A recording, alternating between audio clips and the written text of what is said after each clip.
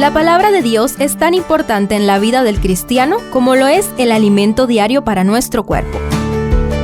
Estudia con nosotros el capítulo del día en Reavivados por su palabra.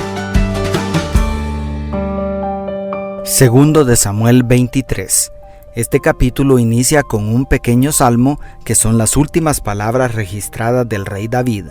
Luego, a partir del verso 8, se describe una lista de los valientes de David, la cual encontraremos más adelante en Primero de Crónicas. Extraigamos lecciones prácticas del texto. Primero, el Salmo. El pequeño poema inicia atribuyéndole a David títulos y cualidades que lo convierten en un tipo del Mesías. Aparece primero como el hijo de Isaí. Esto describe su naturaleza y descendencia humana.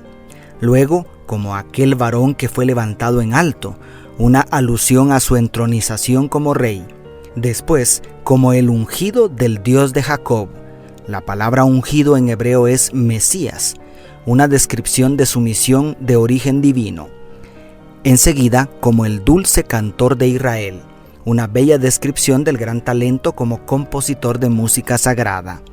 Además, el versículo 2 le confiere una expresión que se utiliza regularmente para los profetas.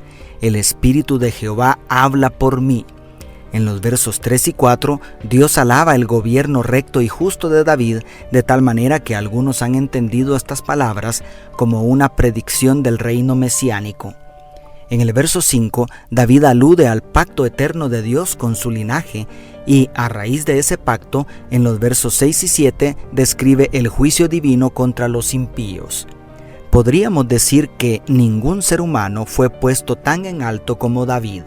Dios lo sacó de la humilde tarea de pastorear ovejas y le confirió el más alto puesto de su reino en la tierra como rey de Israel. Además, vemos en este texto que recibió el don profético y, por si fuera poco, vemos en otros pasajes que Dios le permitió ejercer algunas funciones sacerdotales. Definitivamente, este personaje es una figura del ungido de Jehová, aquel que nació en un pesebre, pero después de su resurrección ha recibido un nombre sobre todo nombre y pronto viene para reclamar el reino de toda la tierra. Pero esto también tiene que ver contigo y conmigo, porque todo el que se humilla será enaltecido. Dios quiere levantarte en alto. Y segundo, la lista de los valientes. 37 nombres figuran en esta lista de los valientes de David.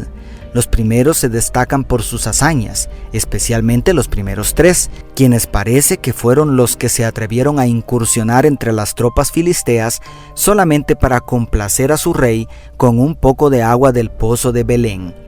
Esta acción impresionó de tal manera a David que ya no quiso beber el agua, sino que la derramó delante de Jehová. Antes que interpretes mal la acción de David, te recuerdo que no era lo mismo arrojar el agua al suelo en un acto despectivo que derramarla delante de Jehová, lo cual era un ritual de adoración. Con este acto David honró la valentía de aquellos 3 hombres. Después de los 3 valientes aparecen nombres que alcanzaron altas posiciones en el ejército de David, como Abisai, principal entre los 30 valientes y capitán del ejército, y Benaía, quien llegó a ser el capitán de la guardia personal del rey. Algo sumamente intrigante es que en esta lista de honor no aparece Joab, uno de los más destacados guerreros y líderes militares que formaron parte de las fuerzas israelitas en los días de David. Este hombre fue el primero en atacar a los jebuseos y el principal agente de la conquista de Jerusalén. También comandó el ejército en las batallas más importantes, incluso contra la insurgencia que levantó Absalón. ¿Por qué no aparece Joab en esta lista? Era uno de los mejores guerreros y además tenía cualidades de liderazgo. Su único problema era su carácter impulsivo, que lo llevó a cometer varios homicidios injustificados, entre ellos el asesinato de Abner y de Amasa, este último solo para asegurarse la posición de comandante. Más adelante quizá terminemos de comprobar que Joab era más leal a sus intereses personales que a su rey. Dios también tiene una lista de sus valientes en el libro de la vida. No basta ser bueno, necesitamos ser fieles para estar en la gloriosa lista. Dios te bendiga. Tu pastor y amigo, Selvin Sosa.